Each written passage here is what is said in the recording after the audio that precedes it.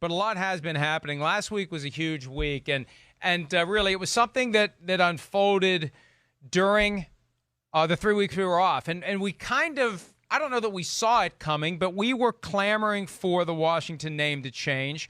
It all kind of reached full boil right before the 4th of July when the FedEx statement came out. FedEx, founded by Fred Smith, one of the minority owners of the Washington franchise. When FedEx comes out and says the name needs to change, when Nike takes all of the Washington merchandise from its website, when other sponsors get involved, team and league sponsors, that and you know what? I can understand why Native American groups are a little irritated. They tried for years to get the name to change. Right. Daniel Snyder always gave them essentially the middle finger. And then when the sponsors get involved, in 24 hours, Daniel Snyder decides to undertake a thorough review of whether or not the name will stay. And 10 days later, that thorough review resulted in a decision to change the name, Chris. When you think about it just in isolation, it's a tremendously huge development, but it's a development that I think we all either saw coming or firmly believe needed to happen for years. Yeah, I mean, there's no doubt about it. I mean, we've talked about, it's an uncomfortable name. It needs to be changed. The time was now because of what's going on and still going on in this country. I mean, it's the right example to be set forth by people of leadership for this country. A guy like Daniel Snyder. Hey, yeah, you got a lot of money and power and influence and everything like that. We'll do some good with all that. Influence and show us and take that Redskins name out of there and change it. And at least this, it looks like we're headed down the right path here, and hopefully we'll get a new name soon. I mean, there was a few other curveballs thrown at the Washington franchise here this past week. But, Mike, let me just say this real quick. I really want to give you a lot of credit, dude. I really do, because you were at the forefront of kind of always pushing this and really been a guy that's been on top of it really ever since the social injustice conversation came up and George Floyd and everything. You started to push this too, and I just want to give you credit. You're a good guy that way. I mean, you're a pain in the butt, but you are a good guy that way, well, and I do appreciate it. Thank you very much. And, it dawned on me in 2013, I think it was Mike Wise, formerly of the Washington Post, who was outspoken about it, and it forced me to take a step back. And I think that's what we all need to do about that name. You take a step back. You take the name off of the team. We get desensitized to what that word really is, and that's when I realized, hey, sorry, this is just something that has to go. And so 7 years later, here we are. 7 years after Daniel Snyder said, I'll never change it, and you can put it in all caps. Well, all caps never arrived when he felt the heat from the sponsors. And the one thing that bothered me about last Monday's announcement, they didn't just dump the name.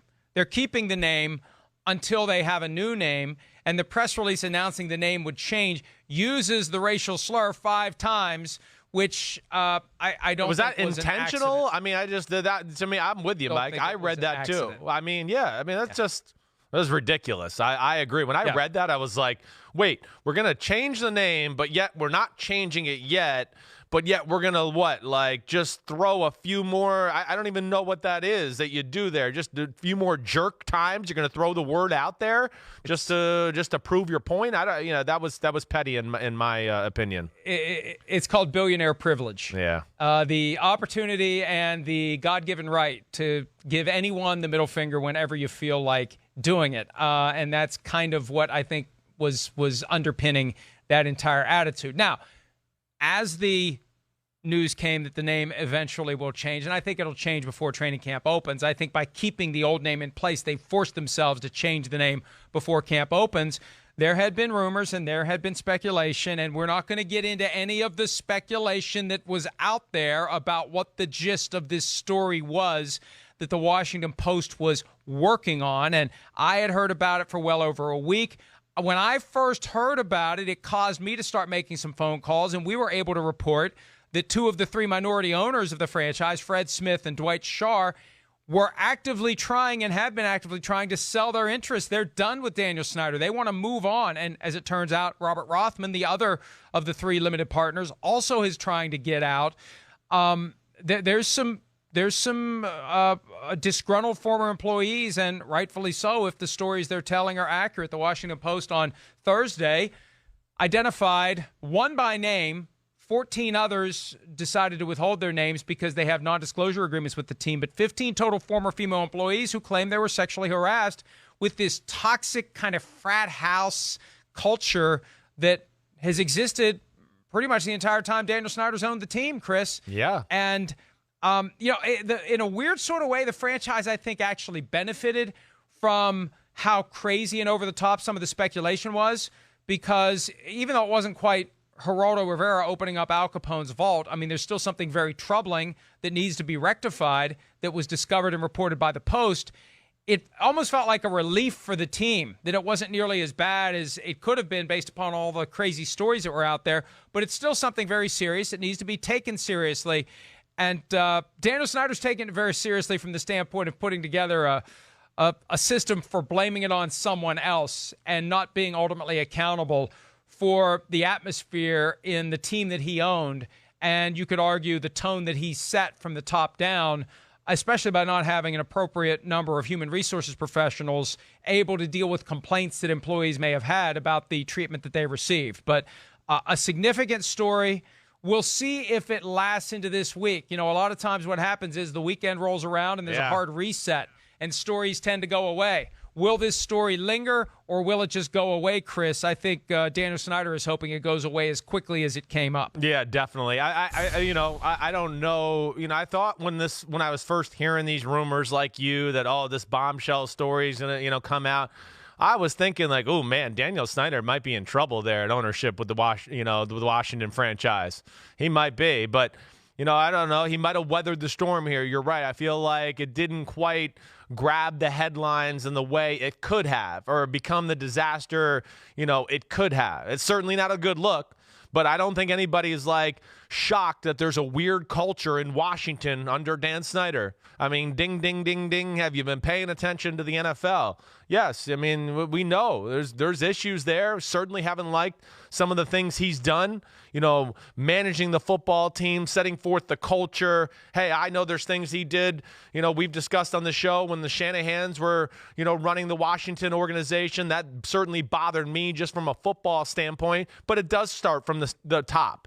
And, to me, I think the thing that's concerning to me and what I would like to know is those minority owners that we talked about, were they trying to get out because they knew this story was about to come out, or are they trying to get out because they're just sick of this culture and they're trying to get her? Okay, that's what I wanted to know. I wasn't sure of that, Mike, and that speaks to it even more. Then, yes, it's Shar and Smith had been trying to sell for months and have been unable to find a buyer. Because, look, there's plenty of people out there who have the money to buy 5, 10, 15% of an NFL team. It's not a cheap transaction. But what do you really get? You don't have any say. You're signing on to whatever Daniel Snyder decides to do. He runs the show. He sets the procedures. He makes the decisions. You are just there as a glorified fan. And yeah, you get some of the profits if you own part of the equity. And, I don't know how great of a business decision it is for somebody who's got that kind of money and can invest in all sorts of other things where maybe they would have some actual control. But obviously, we've seen what's happened with franchise values. They continue to go up and up and up. So if you get in for 5% in 2003 like Fred Smith did, that 5% of the franchise has appreciated dramatically in the past 17 years. So if he does find a buyer, he's going to have a nice return on his investment. But do you really want to put yourself through that kind of headache where someone else is making the decision, someone who you may not agree with, you may not respect, you may not like? And I think that's where Dwight Shar and Fred Smith ended up. And here's the thing. Because I first heard about all of this, that there was an effort to round up former employees and get them to tell their stories about the culture in Washington as part of a potential effort by the minority partners to get Snyder out. If that's true. Yeah, right. And I don't know that that's true. But that's how it all first came onto my radar screen, and that's what prompted me to start making phone calls and find out that Shar and Smith are trying to get out and have been trying to get out. My point is this. If that's the case, if one or more of the minority partners are trying to launch a coup here, it's not going to go away just because the weekend has intervened. No. There will be more moves here. I pointed out on Friday, hey, look, it was the sponsors that got the ball rolling with the name change. Right. If FedEx issues a statement regarding how abhorrent the culture and the workplace and the treatment of women under Daniel Snyder has been, and there needs to be swift action taken by the NFL. I mean, kind of like what the governor of Virginia had to say, and Virginia is where the team is headquartered and where training camp is. If that continues into this week, number one, it shows that maybe there is a concerted effort to try to get him out. And number two, that it's not just going to go away because there was a weekend that kind of dropped in the middle of all of this and we moved on to worrying about whether or not there's going to be football this season. So time will tell whether or not this really does go beyond what was a bad story, a set of facts that shouldn't have occurred if these allegations are true, and something that will extend into this week and beyond and maybe culminate in Daniel Snyder eventually throwing his hands in the air and selling his interest instead of the three minority partners selling theirs. Chris. Yeah, well, yeah, I mean, that's the big thing. The minority owners there, I don't think they're going to be able to sell anything as long as Daniel Snyder's the owner, kind of which I think you're referring to too. And you're right. I think this is a huge week. I would think that Daniel Snyder's ownership status hangs in the balance, and where this week, it's going to be probably a little bit of luck where the week of news takes us to. Are there going to be other stories that, that take away our attention from this story or whatever it may? There's so much going on in the world right now. He might dodge a bullet here and get away with, all this and the crappy culture that he's set forth and everything like that to where it gets swept under the rug. Not that he gets away with it, but right. Well, it and goes let's be clear on this. Right. And let's be clear on this. Yeah. Right. This whole thing has been set up, and I have to give him a little bit of credit for strategizing in a way that maybe helps him avoid responsibility, although I think it's wrong for him to avoid responsibility. He's positioned this where he's got an outside lawyer who's going to do an investigation. He got out in front of it a little. Right. We already know what the end result of it's going to be. Yeah. The outside lawyer is going to say that Mr. Snyder had no active involvement in or affirmative knowledge of any of these activities. You know why the outside lawyer is going to say that? Because Daniel Snyder is paying the outside lawyer, and that's how this kind of thing works. This isn't an independent investigation. This isn't the NFL hiring the lawyer who goes in to investigate a situation with one of its teams, like the NFL did with the bounty scandal, like the NFL did with Deflategate, like the NFL did with Richie Incognito and Jonathan Martin in Miami. Like the NFL did when Jerry Richardson, the Panthers owner, eventually had to sell for workplace misconduct that he was directly involved in. The NFL hired the lawyer. Why, Mike? How are they letting them away? How are they letting him get away with this? Do you know any answers? I don't. Yeah. And I was stunned by the NFL's statement. Now, initially on Thursday night, I sent several requests to the league. You got to have a statement on this. This is a serious situation. 15 former employees who claim they were sexually harassed. This is a big deal. You need to be saying something about this. The statement that finally made its way out on Friday morning basically said, hey, look, they've engaged outside counsel to conduct a thorough investigation. The club has pledged that it will give full cooperation to the investigator, and we expect the club and its employees to do so. We'll meet with the attorneys upon the conclusion of the investigation and take any action based on their findings. Their findings are going to be driven by a desire to protect Daniel Snyder. How does no one else, and I think people see it, how does the league not see this? That's what's unacceptable about this. I think so. There was a toxic culture that resulted in at least 15 former employees believing they were sexually harassed at work, which is a serious transgression. The owner is acting like he doesn't know anything about it. How do you not know anything about it? You've created the culture. You own the team. You're there. You're around. You know, or you should know what's going on under your nose. And if you don't, then you're Mr. Magoo, and that's not a good look either. So I'm just, the more that, and look, hey, he's benefiting from the cover of bigger issues going on in the world right now. He is. And maybe that's why the NFL isn't pushing this. The NFL's got its hands full trying to put a football season on. I think so. We don't need to go out and hire Ted Wills to do an investigation because we got enough to worry about right now. Right. Maybe Daniel Snyder is just benefiting from the timing. I think he is in a big way. I mean, I think if this is a normal year where there's a much bigger microscope on this situation right now and people are digging from every angle, I do. The one thing that kind of popped up to my brain here, Mike, and I don't know, again, I'm not a businessman or anything like that, but I've been around football and seen a few things in my life, okay? You know, with like the Jerry Richardson thing, okay, yes, you're right. Independent investigator, he goes in, blah, blah, blah. Did the NFL have a good inkling, though, at that time that there would be a buyer for that Carolina team? Did they know? Like right now, are they in a little bit like, man, Washington's such a disaster. Nobody's going to buy that thing right now. Somebody will buy it. Oh, yeah, no. I mean, okay. Somebody will buy it. No. If it's for sale, someone will buy it. There is a smaller and smaller group of people who have the resources because the values of the team keeps going. All teams keep going up and up and up. Somebody will buy that team if that's where it ends up. I just think that he's dodging a bullet just because of the times, like you're saying.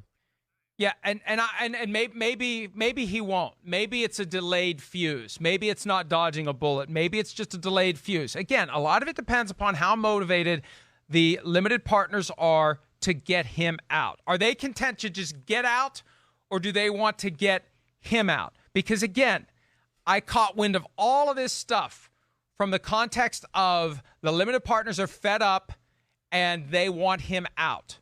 And so the story itself from last week isn't enough to make it happen, obviously, based upon the NFL's reaction.